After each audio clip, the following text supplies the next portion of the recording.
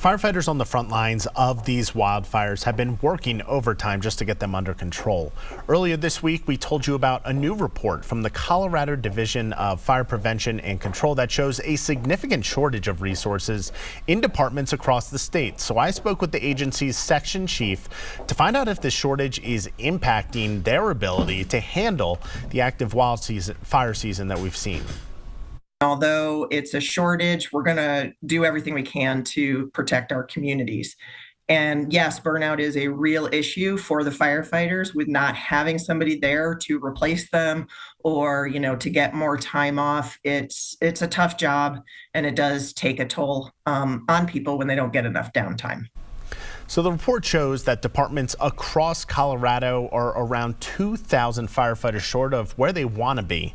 I asked if this has affected how incident management teams have tackled some of the fires like the historic Lee fire, and she said no. Now they have gotten a lot of help from out-of-state crews, which she says is a good solution, at least for the time being.